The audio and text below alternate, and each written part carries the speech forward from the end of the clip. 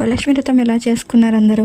నేనైతే మార్నింగే రెడీ అయిపోయాను. అన్నకి కొంచెం టిఫిన్ పెట్టేసి అలా నా దోస్తు పూజ చేసుకుంటుందంటే దాని దగ్గరికి అయితే వెళ్ళాను. ఇక్కడ ఇల్లు కనిపిస్తుంది కదా, దీని గురించి హోల్లో పెట్టని నేను తర్వాత మాట్లాడతాను.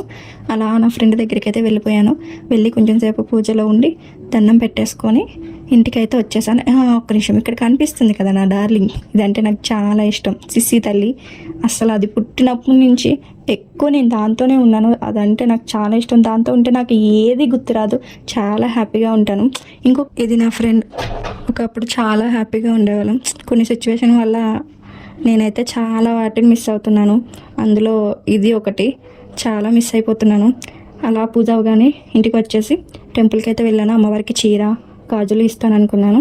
టెంపుల్కి వెళ్ళి ఇచ్చేసి టెంపుల్ నుంచి ఇంటికి వస్తుంటే అత్తయ్య అయితే కొంచెం ప్రసాదం ఇచ్చారు. టేస్ట్ అయితే చాలా బాగుంది. అత్తయ్య వంటలు సూపర్ చేస్తారు. మన వల్ల ఇవన్నీ కావు, కానీ